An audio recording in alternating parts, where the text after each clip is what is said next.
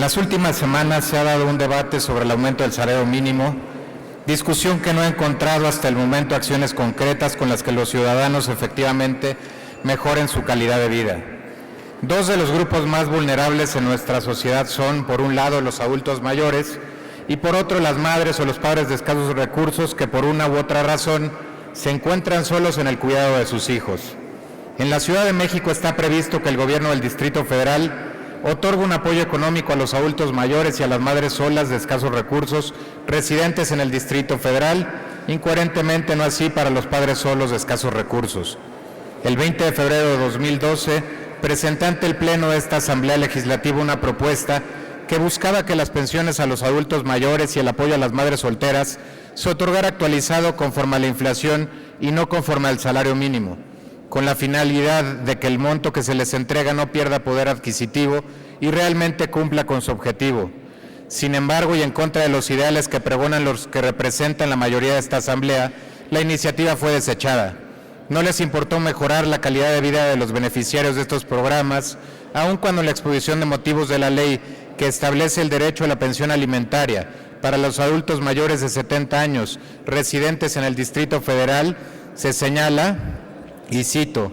por eso se estableció un programa de apoyo que otorga a los adultos mayores de 70 años una pensión alimentaria como una pequeña recompensa para quienes, con su trabajo, han hecho posible esta gran ciudad.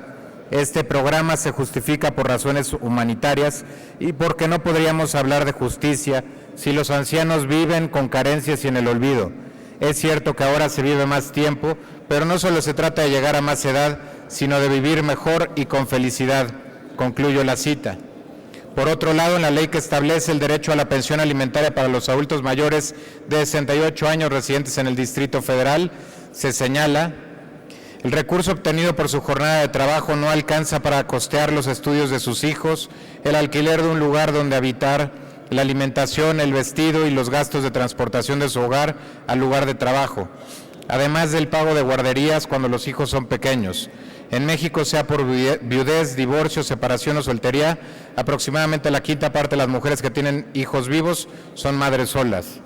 Afortunadamente podemos aprender de los errores cometidos y no cometerlos dos veces. Hoy el Distrito Federal es la entidad federativa con mayor número de personas mayores de 60 años, así de conformidad con las cifras reportadas por el Instituto Nacional de Estadística y Geografía, órgano constitucionalmente autónomo. En el Censo Nacional de Población y Vivienda del año 2000, habían 730,000 adultos mayores en el Distrito Federal y en el año 2010 1,003,648 adultos mayores habitaban nuestra ciudad. Además, según cifras de las estimaciones y proyecciones de la población de las entidades federativas 2010-2030 del Consejo Nacional de Población, en el año 2020 en el Distrito Federal tendremos 1,365,647 adultos mayores y en el año 2030 serán 1,700,000 adultos mayores. Establecido lo anterior, es necesario destacar que es del dominio público que el cálculo del salario mínimo no cumple cabalmente con lo que disponen los artículos 123 de nuestra Constitución y 90 de la Ley Federal del Trabajo, porque materialmente no alcanza para satisfacer las necesidades normales de un jefe de familia en el orden material, social y cultural y para proveer a la educación obligatoria de los hijos. Del año 1987 al 2014, el precio de la canasta básica de alimentos registró un incremento acumulado de 4,773%, mientras que el salario mínimo solo aumentó 940%. En las últimas semanas, tanto el PAN como el jefe de gobierno del Distrito Federal han hecho hincapié en que el salario mínimo, que es determinado anualmente por la Comisión Nacional de los Salarios Mínimos, no cumple con los criterios de satisfacción y bienestar social que indica el Consejo Nacional de Evaluación de la Política de Desarrollo Social y debe ser establecido muy por encima del monto actualmente vigente. El Índice Nacional de Precios al Consumidor es un indicador económico cuyo objeto es registrar la variación de los precios de una canasta de bienes y servicios representativa del consumo de los hogares mexicanos urbanos. La medición de este índice la lleva el INEGI y es el instrumento estadístico por medio del cual se mide el fenómeno económico que se conoce como inflación. La inflación es un fenómeno económico nocivo, clasificado así, dado que daña el poder adquisitivo de las personas.